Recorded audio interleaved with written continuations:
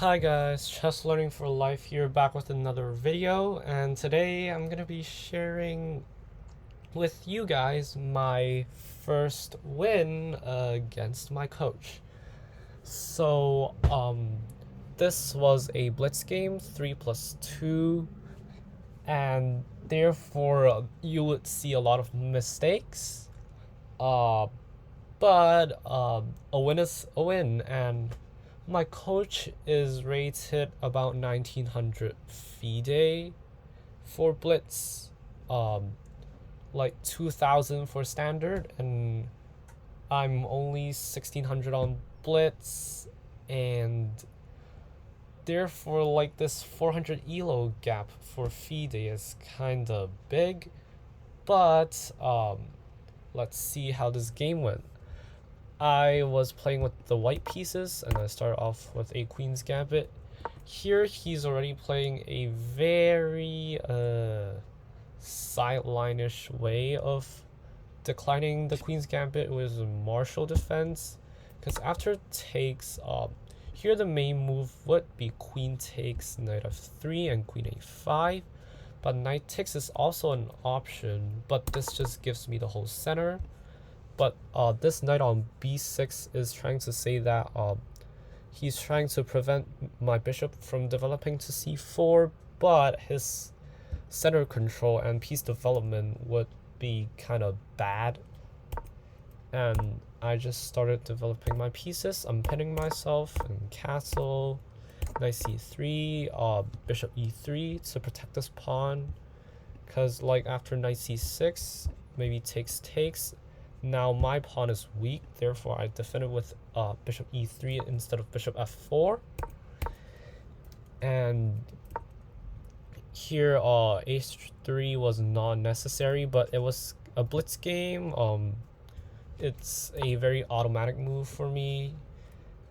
Here queen b3 was also an idea, Karpov distance, 2 squares away from the knight to kind of control this knight. And maybe even b3 a4 is an idea to kind of control this knight, to bury this piece, and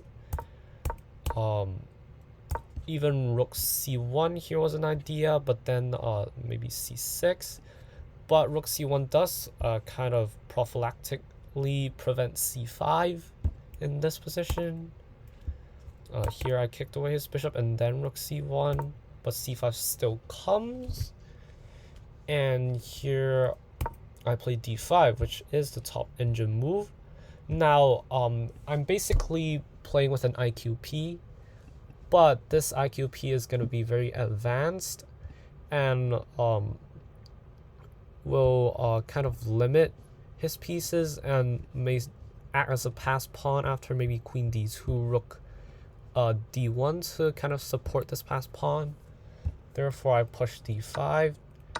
After takes I took the knight, because after e takes there was knight f6 here, or even just takes and then knight c4 to kind of hit my bishop, and then here bishop d6 to trade it off, and here just knight f6 and queen b3. Now this pawn drops, but then I can pin him. He can go for this rook sack line,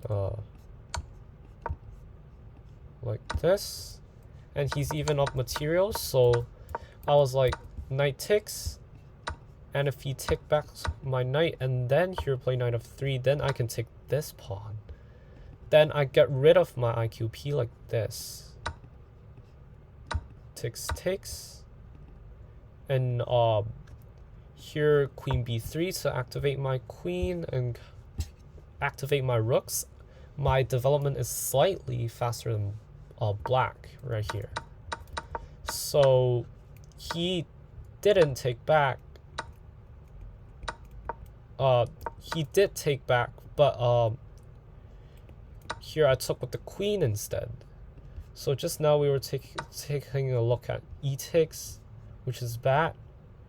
So I played knight takes, and then I took back with the queen, because this queen is a monster in the middle, and this just forces knight f6. Now another move is bishop takes, and then like playing something like queen c7. But here I just have the bishop pair, my rooks get active, and although the position is still equal, kind of equal because of maybe the queenside majority, but my better rooks and my bishop pair proves to be advantageous for me. So here he didn't go for this line, instead knight f6, which is at first sight very annoying, but there is actually queen takes b7, because after rook b8 I can be greedy, take another pawn, and if he takes down here I can chase his queen away and then even take the c5 pawn, and now I have a 1 and a 2 pawn advantage. I can give this e4 pawn to black because the outside pass pawn is very strong in the endgame. And here his queen and his bishop is even in trouble. And like after takes and bishop d3, now I'm up 2 pawns. But it's a blitz game, and I was just like, takes.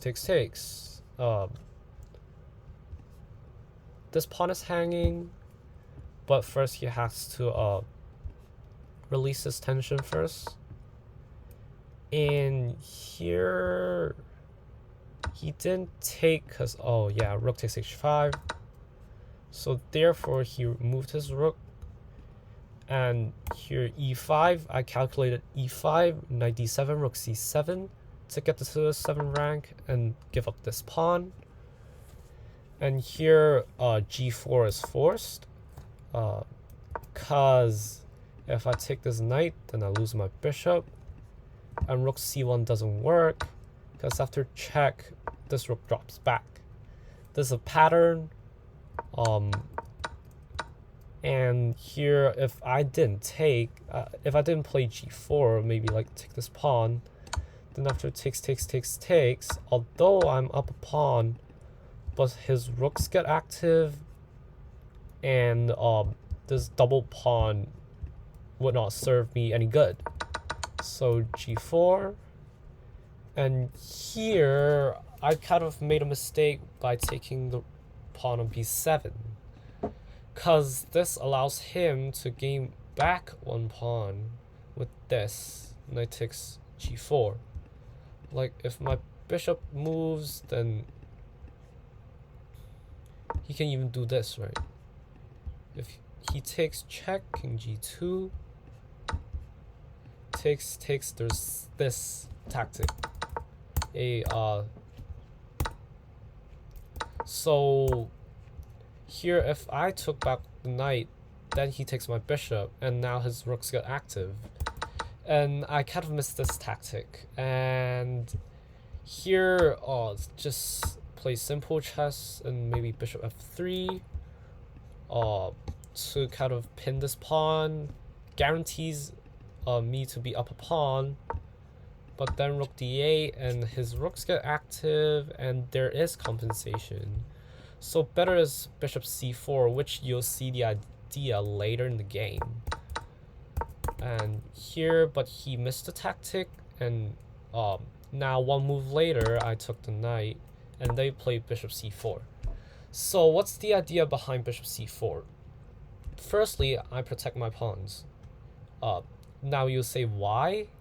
Because I would like to have this b3 a4 kind of setup. Now this does not create a passed pawn temporarily, but because my pieces have better harmony than my opponents, I can maybe target these targets, this target, his bishop can't defend it. And now look at f7, it's very weak, right?